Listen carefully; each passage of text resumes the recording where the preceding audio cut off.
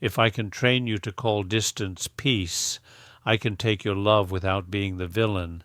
That's the modern misuse of Buddhism. You learn detachment, your partner learns absence. You post about equanimity, they hug a ghost. You say, I'm not attached to outcomes, but the outcome that never arrives is you choosing, caring, staying. This isn't awakening, it's anesthesia with Sanskrit. Real Dharma never told you to care less. It taught you to cling less so you can care more without breaking. Somewhere between quotes and coping, detachment mutated into an alibi. I'm unbothered, therefore I'm wise. No, you're numb, therefore no one can reach you. You turned non-attachment into non-participation, equanimity into indifference, boundaries into walls with candles. Here's the provocation. Much of what you call spirituality is a nervous system strategy. Freeze, fawn, or flee wearing robes. You stopped arguing, not because you found compassion, but because you found escape. You hold space, which often means you hold your tongue until the other person gives up. You preach, let go, which often means you let go of repair. You meditate instead of texting back. You journal instead of apologizing. You're calm, they're lonely, and loneliness is a kind of violence. Tonight I'm slicing this apart. We'll name the near enemies, the counterfeit virtues that ruin intimacy while sounding holy. We'll examine the mechanics, how shutdown masquerades as serenity, how I statements turn into smoke screens, how acceptance becomes a leash you put on someone else's feelings. Then the fix, the Buddhist fix, not the Instagram one. Metta, love, karuna, compassion, mudita, gladness, upekkha, equanimity as a relationship system, plus right speech that risks truth without cruelty and right effort that repairs fast. Expect discomfort. Good. Discomfort is the bill for years of polite avoidance. If you're already composing a comment that I don't understand non-duality, save it. Show me a non-attachment that increases responsibility, repair, and risk. Otherwise, it's theatre. I'm silent flame. If your peace can't look your people in the eyes, it's not peace, it's camouflage. We start by lighting it on fire. Buddhism names the near enemy, a counterfeit that looks like virtue but empties it of power. Equanimity versus indifference. Real equanimity is evenness in the face of storms while still rowing. Indifference is refusing to pick up an oar and calling it Zen. Equanimity stays available. Indifference becomes unavailable and blames the weather. Non-attachment versus avoidance. Non-attachment releases grip, so hands are free to give. Avoidance refuses to touch anything that could matter. Non-attachment takes risk. Avoidance cancels plans. Compassion versus rescuing. Compassion reduces suffering without stealing agency. Rescuing manufactures dependence while collecting virtue points. One says, I'm with you. The other says, I'll do it for you so you owe me. Loving kindness versus people-pleasing. Metta radiates goodwill with boundaries. People-pleasing barters affection for safety and resents the invoice later. Truth versus weaponized honesty. Right speech is true, beneficial, timely, kind. Weaponized honesty is true, performative, and lands like a knife disguised as clarity.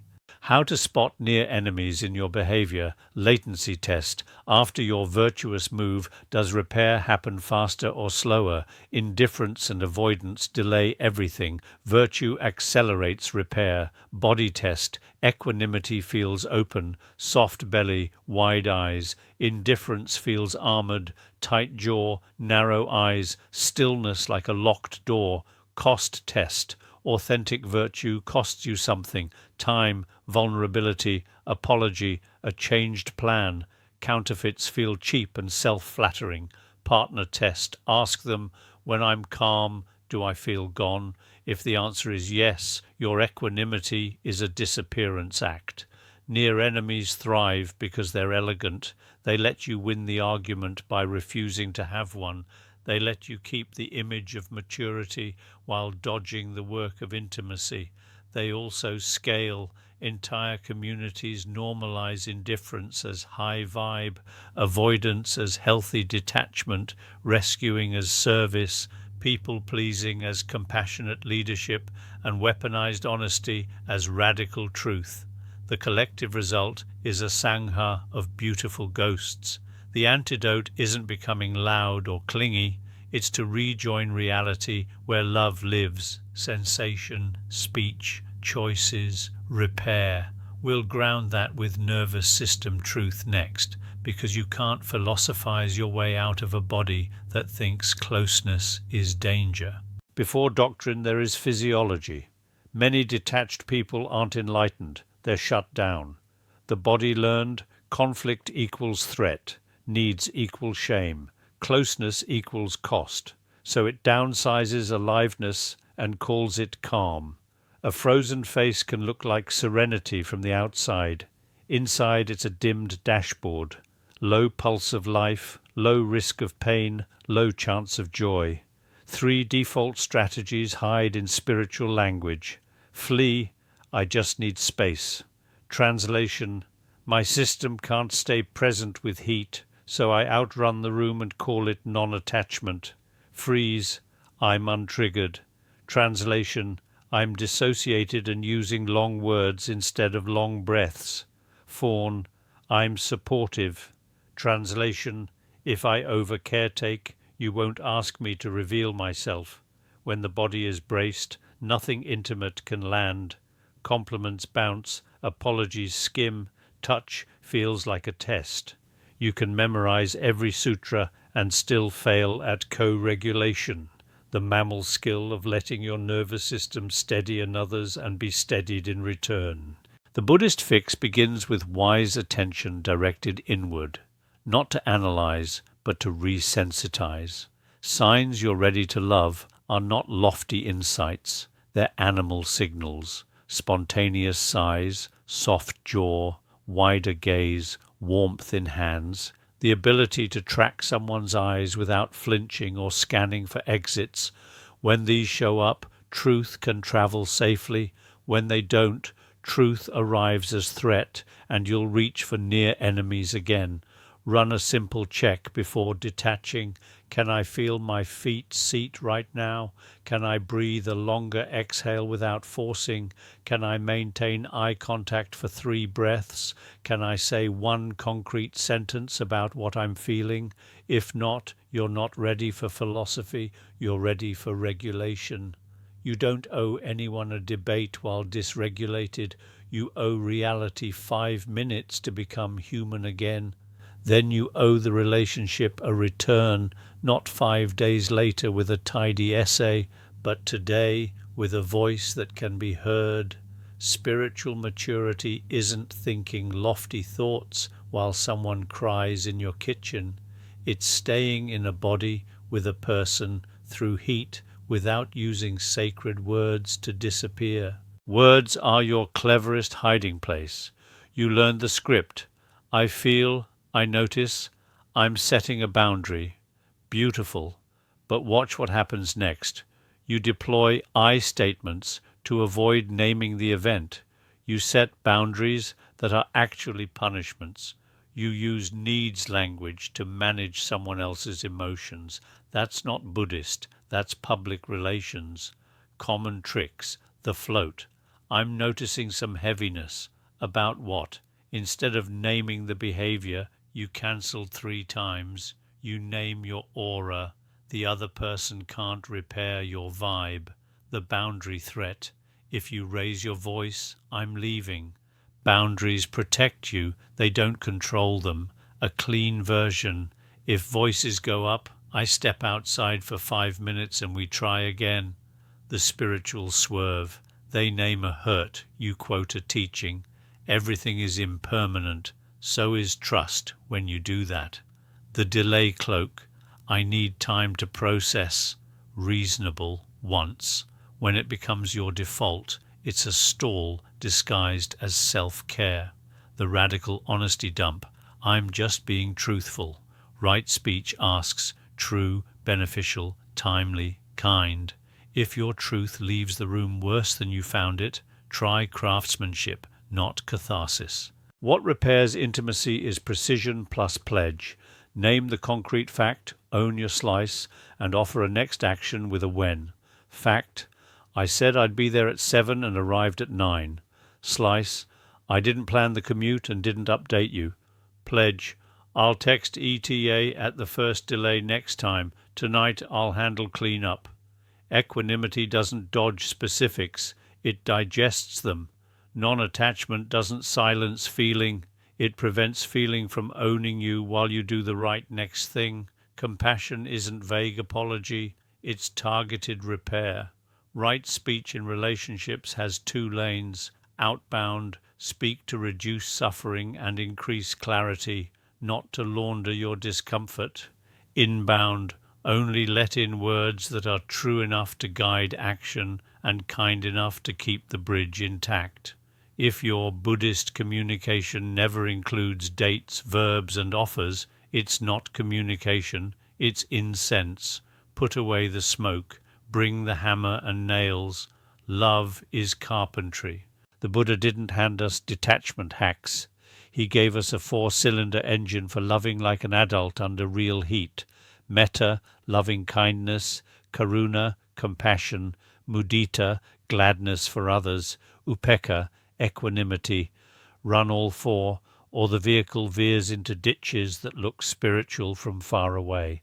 Cylinder 1, metta, loving kindness. Signal: warmth plus availability.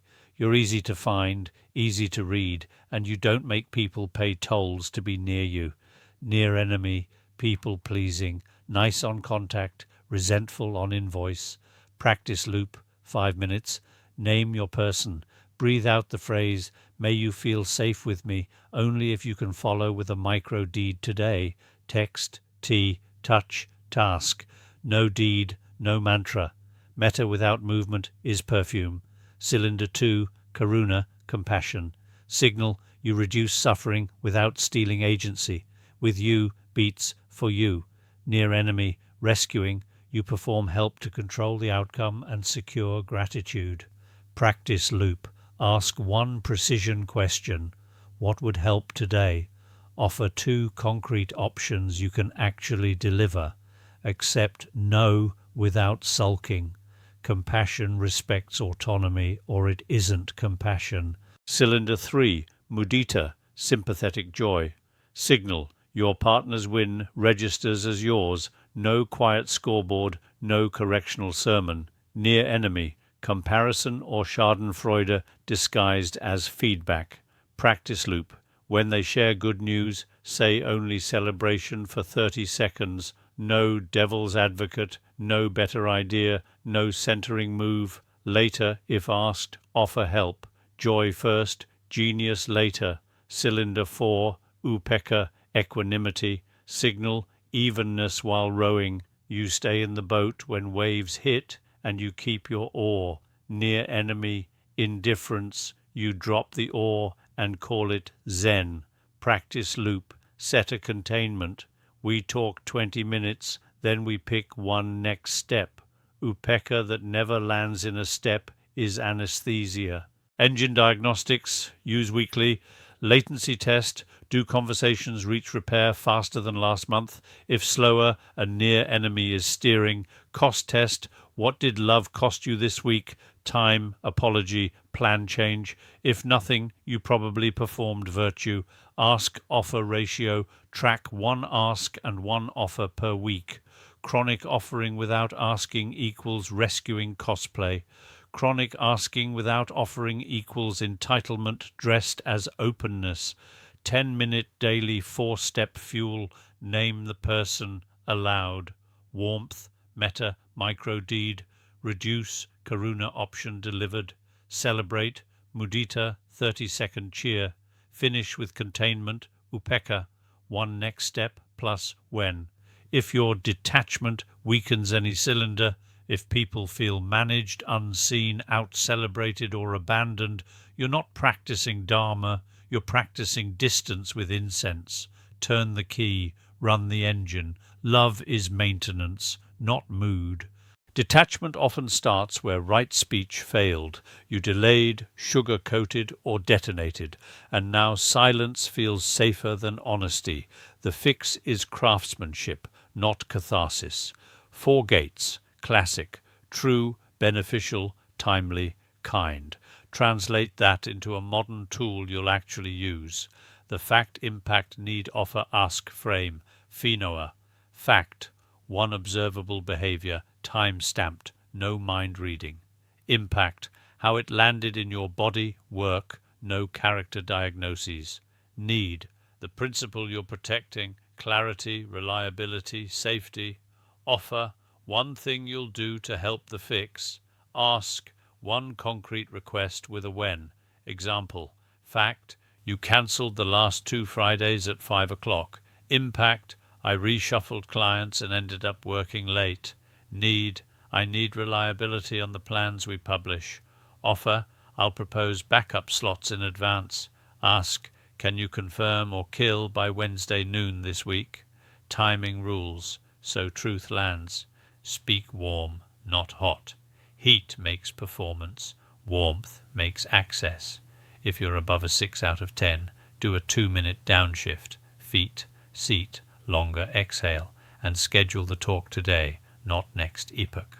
Choose the channel your courage avoids. If texting feels safe, voice it. If voice shakes, meet. Craft grows where fear lives. 2-window policy. 1 attempt now. If it misses, a second within 48 hours. After that, escalate or exit. Don't ghost and call it equanimity. Boundary language that isn't a weapon. Clean, if then. If voices go up, I'll pause for 5 minutes and then resume. Self-management, not control. Clean, no. I'm not available for late-night debriefs. I can talk 6 to 7 p.m., Tuesday, Thursday. Clean, stop. Please stop teasing me about X. I'm asking for that to end tonight. Add the Y only if it helps the other person succeed. Otherwise, it's justification theatre. Apology that repairs. 3 lines. I did X. It landed as Y for you. Next time I'll Z. No but, no cross-complaint, no autobiography. When you're on the receiving end, steel man first. Repeat their Finoa back. Ask, is there one thing I can do this week that would change this fastest? Committing calendar now. Detachment later is often avoidance now. Right speech isn't about sounding holy. It's about making repair cheap. If your words don't change calendars, they were performance art. Say the thing, pay the bill, keep the bridge. You don't need a 5-hour summit or a silent treatment. You need 15 minutes that always ends in movement. Print this, use it, call it C to R, 0 to 1, set the frame, timer 1500 hours, object on table, pen, pebble, equals talking token. Whoever holds it speaks, goal stated aloud. We end with 1 repair action and 1 check-in time, 1 to 3, co-regulate, sit facing, feet down, 3 long exhales together, 1 sentence each naming body state, tight chest, hot face, no fixing, access before answers, 3 to 7, 2 Finoas, 1 each.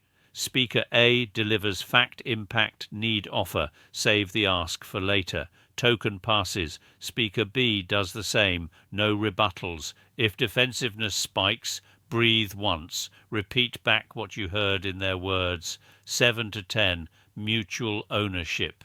Each names their slice, what you did or failed to do, and one thing you appreciate about the other's effort. Appreciation is a lubricant, not absolution. 10 to 12, design the repair. Co-create 1 concrete action for the next 24 to 72 hours. Who, what, when. Tiny beats perfect. Add a stop rule. If we hit X again, we pause and run C to R within 24 hours. 12 to 14, install the check-in. Pick a time date to review the repair, 10 minutes, put it in both calendars. No calendar equals no commitment. 14 to 15, ritual close. Say, we will argue again, we won't disappear. Touch hands, shoulders for one breath. Timer ends. Return to ordinary life. No autopsy spiral. Yellow card and red card. Yellow, either can call a 5-minute pause to cool. Red, if someone gets contemptuous, eye rolls, mock, end and reschedule within 24 hours. Contempt is acid. Don't bathe in it. What not to do? Don't litigate motives. Stick to behaviors. Don't stack old cases. One episode per ritual. Don't pad with process talk to avoid the ask. The ritual's only sin is ending without a step. Run C2R weekly, even if nothing's on fire. It strengthens the weak and repair memory. Detachment thrives where confidence in repair is weak. Build that confidence on purpose and watch your urge to vanish drop by half. Non-attachment is not an exit. It's a stance you carry inside commitment. The point isn't to grip less so you can float away. It's to grip less so you can hold better. Here's the vow set that retires ghosting in holy robes. Vow 1, presence before philosophy. I return to the room today before I explain myself. If dysregulated, you get hours, not weeks. Peace that needs distance to exist is fragile. Build the kind that can breathe next to a beating heart. Vow 2, repair over righteousness. I prefer a small repair to a perfect argument. Truth that never lands in a deed is vanity. Choose the seam you can stitch, not the speech you can win. Vow 3, ask, offer, parity. For every help I give, I practice one ask. This kills rescuing and teaches mutuality. Let people succeed with you. Vow 4, containment. We end hard talks with one next step and a check-in time. Equanimity without closure is a magic trick. With closure, it's trust. Vow 5, release after responsibility. I let go after I act. You ship the email, make the call, deliver the apology, then you release outcomes. The crown belongs after the throat, not instead of it. Micro rules that keep vows alive. 24-hour return rule. If you leave hot, you text a time to return within a day. No silent punishments. If you're withdrawing, name it and set a re-entry. 3 concretes per week. 1 ask, 1 offer, 1 appreciation. Scheduled like workouts. Sabbath from subtext. 1 evening with literal speech only. No hints, no tests. What you'll notice, love gets heavier and simpler. Heavier because you pay with time, truth, and tiny risks. Simpler because performative serenity dies when calendars and bodies move. The detached romance with your own image gives way to a steady duet with an actual human. Less mystique, more music. If your practice made you kinder but harder to reach, revise it. If it made you calm but slow to repair, revise it. If it made you boundaried but stingy with joy, revise it. The Dharma wasn't built to hide you. It was built to free your hands so you can hold what you promised to hold. I'm silent flame. If this series burned your camouflage, good, bring the ash. Write your relationship vow in 1 line and put it where you breathe. Then pick 1 person and run C2R this week. You can keep the quotes or you can keep the connection. Choose. The Buddha never asked you to be less human. He asked you to be fearlessly so.